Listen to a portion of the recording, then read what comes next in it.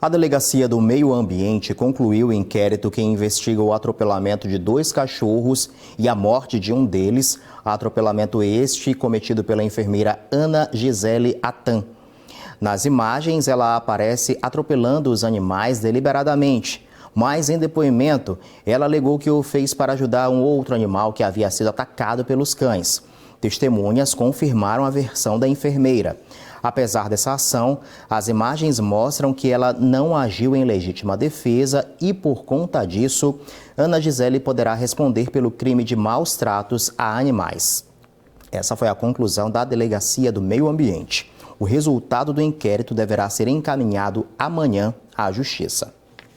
Mais de 3.300.000 eleitores vão votar através da biometria este ano aqui no Maranhão. É quase 75% do eleitorado.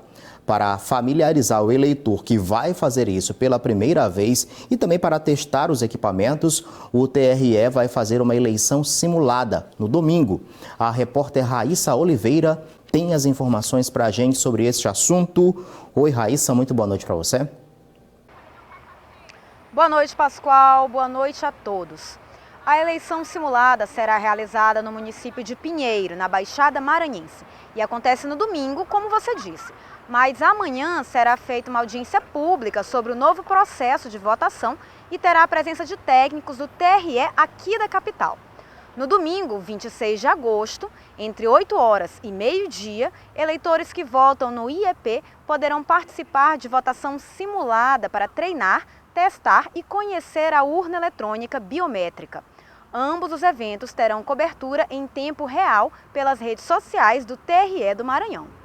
Encerrando o projeto de votação simulada de 2018, no dia 2 de setembro, o TRE vai realizar eleição simulada em Montes Altos, em que todos os eleitores de todos os locais de votação da cidade são convidados a votarem. No total, 3.380.833 eleitores, o que representa 74,51% do eleitorado, vão utilizar a biometria nestas eleições.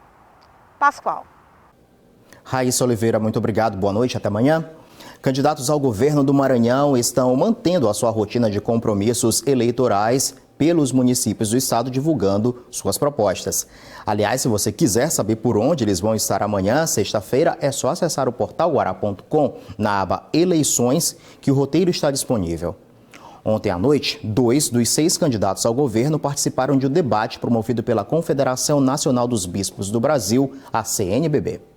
A Comissão de Justiça e Paz da Arquidiocese de São Luís, com apoio da Conferência Nacional dos Bispos do Brasil, realizou o primeiro debate com os candidatos ao governo do estado, onde tivemos a participação de Odívio Neto, da coligação Vamos Sem Medo de Mudar o Maranhão, e de Ramon Zapata, do PSTU. É o momento certo, adequado, é o primeiro debate e de um tema muito importante para a sociedade nos tempos de hoje, né? Direitos humanos, a gente pode englobar aí os direitos civis, direitos sociais.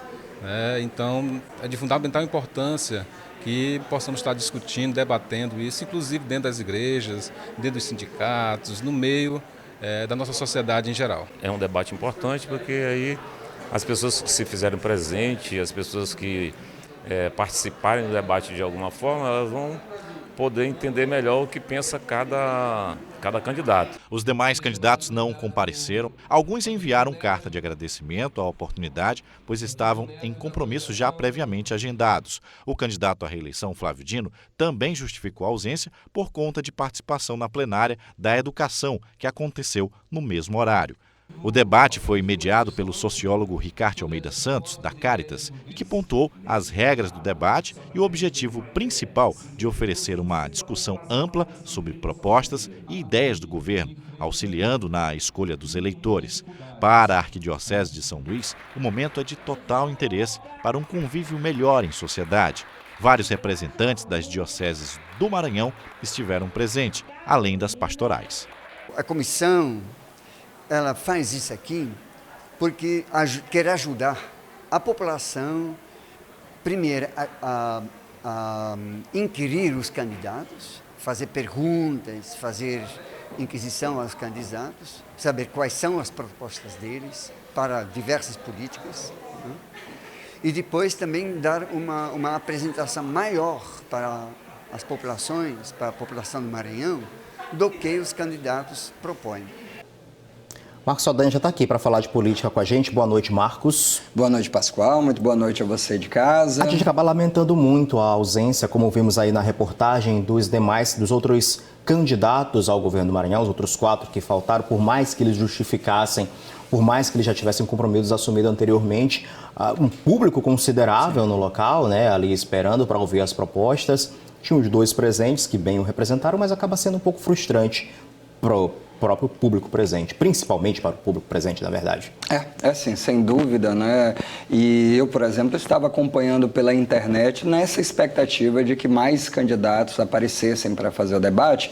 E, embora seja uma rotina muito grande de debate, de sabatinas e tudo, claro que interessa, cada vez que o candidato se apresenta num local específico, ele tem uma pauta específica. Como ontem, por exemplo, sim, a Comissão de Justiça e Paz, por mais que abra para o debate, mas ali você tem movimentos sociais, você tem alguns temas que seriam mais recorrentes. Por isso que é importante, a OAB costuma fazer também, é claro que a pauta versa um pouco mais sobre o campo jurídico, judicialização. Então, é interessante que existam esses debates e é interessante que eles aconteçam, inclusive para a gente ir avaliando a evolução. Porque o candidato, a essa altura da campanha, lá no final já tem um outro ritmo também. A gente pode acompanhar quantos candidatos se dissolveram no debate, quantos candidatos cresceram no debate, quantos candidatos foram ameaçados no debate, quantas eleições estavam ganhas às vésperas de um debate, por exemplo.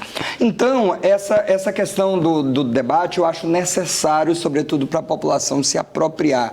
Então, eu acho que isso deve ser uma coisa, uma pauta de exigência. Falando isso, inclusive, eu queria lembrar o cenário nacional, né? Hoje a notícia nacional foi justamente que o Jair Bolsonaro, né, exatamente, decidiu que não mais participará de debate. Ele tá no jogo de Chico Coelho. Ele disse, não participo mais, depois eles percebem o quanto foi negativa a declaração, dá 2 passos atrás, digo, não, eu posso talvez participar de um ou outro debate.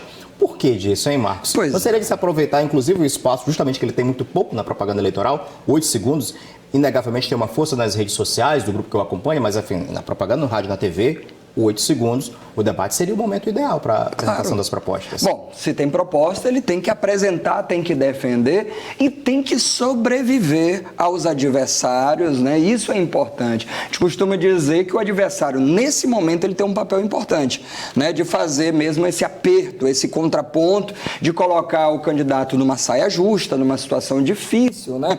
As denúncias, quando verdadeiras também, que aparecem, geralmente elas são nesse período, né? Que elas acontecem. Então, o debate é importante. E eu acho que o eleitor, o público, ele tem que cobrar do seu candidato isso. Que ele faça essa participação, né? Porque é claro que o candidato, quando ele avalia para ele, por um motivo óbvio, né? Ele tem ali uma margem que o leva ao segundo turno, no caso do Jair Bolsonaro, ele não quer arriscar. Mas se o eleitor disser, não, mas se você não arrisca, a gente também não vota em você. Ele é obrigado a recuar e ele terá que se preparar. Quer dizer, um candidato que não é preparado para um debate, como é que vai governar um país onde na nossa democracia ele terá debates constantes com o Senado, com a Câmara Federal, com o Judiciário, quer dizer, não tem Acho como. que talvez por isso que o país não esteja dando tão certo, né? Justamente que falta debate. Pois né? é, pelo menos... A gente tinha um exemplo, por exemplo, da presidente Dilma, que acabou sofrendo impeachment muito mais pela falta de comunicação, né? Com o seu parlamento, tanto com a Câmara quanto com o Senado, do que com a Câmara dos Deputados quanto com o Senado Federal, do que necessariamente por ter cometido as famosas pedaladas fiscais. Pois é. Não se trata de submissão, mas se trata de ser capaz do debate que é duro, que é pesado. Então você precisa lidar com crítica, com a oposição, com a rejeição e com a conquista do eleitor, né? Sem perder talvez teus ideais, mas sendo capaz de reconsiderar posições. Eu gosto nisso no candidato. Às vezes eu vejo o eleitor dizendo, porque tal pessoa mudou o posicionamento, não voto mais nele. Eu penso o contrário. Quando ele é capaz de mudar um posicionamento diante de uma nova situação, eu gosto disso. Quer dizer, porque mostra que ele é capaz de reavaliar uma postura, um encaminhamento que ele está fazendo. Não dá para ser cabeça dura o tempo todo, né? Eu acho que não. Eu acho que é preciso mudar. Né? Essa coisa de mudar, ela é necessária. E eu acho que é um critério, já inclusive... diz os versos daquela canção, né? Pois é.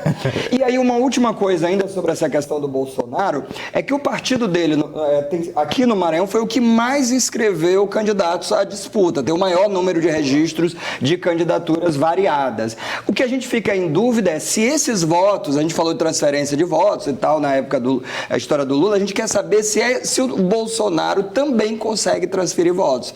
Ele tem uma candidata ao governo e tem vários candidatos que apostam nessa chapa dele, ainda que não concordem com ele. Isso é curioso. Está no partido, ainda que não concorde com ele, mas aproveitando talvez o que seria essa puxada de voto dele, né?